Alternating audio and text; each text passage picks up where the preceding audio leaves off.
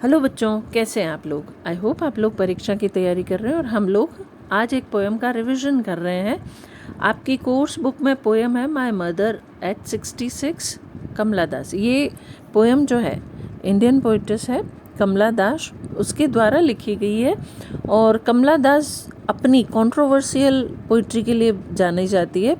उनके सारे टॉपिक्स कुछ ऐसे होते हैं जो उनको समाज से थोड़ा सा अलग करती हैं, लेकिन टॉपिक टू द ग्राउंड होते हैं और उनकी पोएम्स जो हैं हमारे दैनिक जीवन को छूती हुई सी हैं। और आज की जो पोएम है वो है माय मदर एट 66 कि 66 की उम्र में मेरी माँ कैसी दिख रही थी। तो मैं पहले पोएम पढ़ लेती हूँ, फिर आपको समझाते हुए चलूँगी। Driving from my parents home in Cochin last Friday morning, कि पिछले फ्राइडे मॉर्निंग को मैं कोचीन में अपने पेरेंट्स के घर से वापस जा रही थी। I saw my mother beside me dose open mouth. Car में लेखिका अपनी माँ को देखती अपनी साइड में, और बिसाइड मी मतलब मेरे साइड में। डोज ओपन माउथ, डोज मतलब सोते हुए। माँ को नींद आ गई है साइड वाली सीट पर और उनका नींद में थोड़ा सा मुंह खुल गया है। Her face ashen like that of the corpses and realized with pain। वो अपनी माँ का चेहरा देखती है। माँ अब बूढ़ी हो चुकी है, जिस पे झुर्रियाँ हैं और ऐसे लगती है जैसे लाशनुमा हो गई है। तो वो थोड़ा सा डर जाती है, उसको दर्द होता है कि मेरी माँ बूढ़ी हो गई है। She was as old as she looked, कि वो उतनी ही बूढ़ी थी जितनी वो दिख रही थी। But soon put the thought away, वो एकदम डर जाती कि मेरी माँ बूढ़ी हो गई है और इन विचारों को अपने दिमाग से निकालती है फटाक से। And looked out at young tree sprinting, बाहर देखती है तो कार जब आगे चल रही तो वो जीवन से भरे यंग पेड़ जो हैं वो पीछे भाग रहे हैं। And Mary children spilling out of their Holmes, और खुशनुमा बच्चे घरों से बाहर खेलने को आ रहे हैं। But after the airport security check, लेकिन एयरपोर्ट की सिक्योरिटी चेक में उसके बाद standing a few yards away, अपनी माँ से थोड़ा सा दूर खड़ी है। I looked again at her wan pale face, एकदम पीला जर्द और झुर्रियों से भरा वो चेहरा देखती है। As the late winter's moon, बिल्कुल चेहरा जो है वो सर्दी के चंद्रमा की तरह है जो एकदम फेडेड सा हो गया है। And felt that old familiar एक माई चाइल्डहुड फेयर, और उसे वही पुराना दर्द याद आ जाता है कि मेरी माँ बूढ़ी हो गई है। फिर से वही दर्द ताज़ा हो जाता है। But all I said was see you soon, लेकिन अपने इन विचारों को दिमाग से निकालती है। वो लेखिका डर जाती कि कहीं मेरी माँ की मृत्यु तो नहीं हो जाएगी, मैं दोबारा देखने आऊँगी तब। पर वो अब इन जो विचार हैं उनको दिमाग से निकालती है और माँ को कहती है सी यू सून, मतलब हम जल्द ही मिलेंगे अम्मा। And all I did was smile and smile and smile, और मैं अपनी माँ को देख के स्माइल कर देती हूँ। देखो बच्चों, इस पोयम में क्या है, एक लेखिका के जो अपनी माँ को बूढ़ा होते देखती है तो वो माँ के बुढ़ापे का दर्द है, लेकिन साथ ही साथ इसमें दो कॉन्ट्रास्ट चीज़ें दिखी है। माँ का बुढ़ापा है और जैसे ही लेखिका कार से बाहर देखती है उसको जीवन से भरे यंग पौधे नज़र आते हैं और खेलते हुए बच्चे नज़र आते हैं। फिर वो अपनी माँ को देखती तकलीफ़ में तो वो थोड़ी उदास हो जाती। लेकिन पोइट यहाँ क्या कर रही है, पोइट्रेस कवित्री, कि वो इस पोयम को खुशनुमा माहौल में अंत कर रही है उसका, और माँ को कहती है हम फिर मिलेंगे, और उसके चेहरे पे स्माइल आ जाती है। तो इस तरह से पोइट्रेस इसको उदासी भरे माहौल में ख़त्म नहीं करती है, उसको जीवंत रखती है और खुशनुमा माहौल में इसको पोएम को समाप्त कर रही है। तो आई होप आपको ये पोएम समझ में आ गई होगी।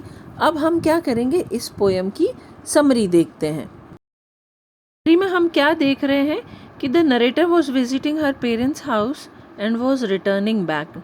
नरेटर जो है, जो पोएटिस है, वो अपनी माँ से मिलने उसके पेरेंट्स के घर गई एंड वॉज रिटर्निंग बैक, अपने घर लौट रही है। She had to catch a flight from Cochin airport, वो कोचीन एयरपोर्ट से फ़्लाइट पकड़नी है. Her mother was travelling with her to drop her off at the airport. उसकी माँ उसके साथ कार में एयरपोर्ट तक उसको छोड़ने जाती है. On the way the mother fail asleep in the car, रास्ते में माँ सो जाती है. And the narrator looked at her dosing mother, वो जो लेखिका है वो अपनी नींद में माँ को देखती beside her and realize sadly, और बड़ी दुखी होती है that her mother was has become old, कि उसकी माँ जो है वो बूढ़ी हो चुकी है. The thought of her mother's old age pained her, जैसे ही लेखिका अपनी माँ के उम्र के बारे में या बुढ़ापे के बारे में सोचती है तो उसको दुख होता है. She try to push this painful thought to the back of her mind. अब वो लेखिका क्या करती है, बुरा जो माँ का विचार आ रहा है उसको वो अपने दिमाग से बाहर निकालते हैं. Looked out of the window, वो कार की खिड़की से बाहर देखती है. Outside the tree seemed to run backward with great energy, बाहर पेड़ जो हैं वो कार के ऑपोजिट दिशा में उसको तेज़ स्पीड से जो भागते हुए दिखते हैं. She saw young children rushing out of her homes to play, और बच्चे, छोटे छोटे बच्चे उसको घर से बाहर खेलते हुए दिखते हैं. अब यहाँ पर a contrasting picture has been painted with the pale and weak dozing mother on the other one side and the young trees and energetic children on the other. अब लेखिका यहाँ क्या कर रही है कि दो ऑपोजिट पिक्चर्स दिखाई. एक तरफ तो उसकी बूढ़ी और लगभग डेथ के पहुंची पहुँची हुई पेल सी सोई हुई माँ दिखती है, और दूसरी साइड उसको यंग ट्रीज और एनर्जेटिक बच्चे जो हैं वो खेलते दिख रहे हैं. Her mother looked wan and pale. The narrator again feels her fear of separation from her mother, which she had felt as a child.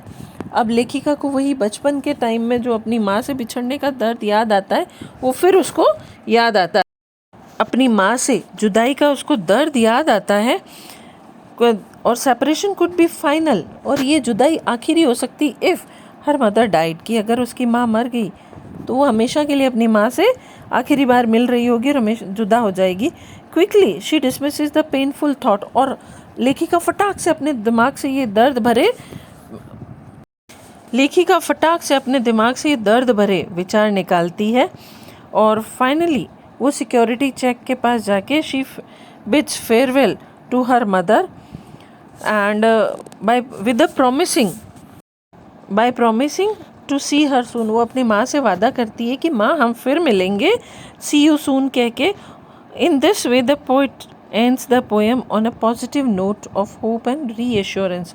और लेखिका अपनी माँ से मिलने के वादे के साथ इस पोएम को पॉजिटिव नोट के साथ ख़त्म करती है. तो बच्चों आपको ये समझ में आया होगा. अब नेक्स्ट स्लाइड में हम इस पोएम के क्वेश्चन आंसर्स देखेंगे. ठीक है, चलिए हम क्वेश्चन आंसर देखते हैं. पहला क्वेश्चन है, what is the kind of pain and ache that the poet feels, कि पोइट किस तरह का दर्द और तकलीफ़ महसूस करती है. आंसर है the poet feels the pain of separation from her mother who is now old at the age of 66, कि पोइटेस अपनी माँ से दूर होने का या बिछड़ने का दर्द महसूस करती है क्योंकि उसकी माँ जो है वो अब 66 की हो चुकी है.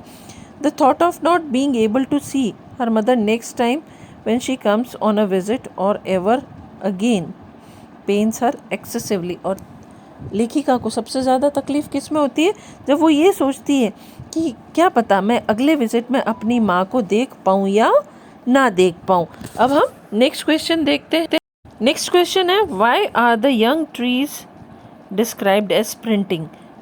जो कार से बाहर जब लेखिका देखती है तो उसको पेड़, यंग ट्रीज, छोटे छोटे पेड़ उसको भागते हुए दिखते हैं. तो ऐसा उसने क्यों कहा.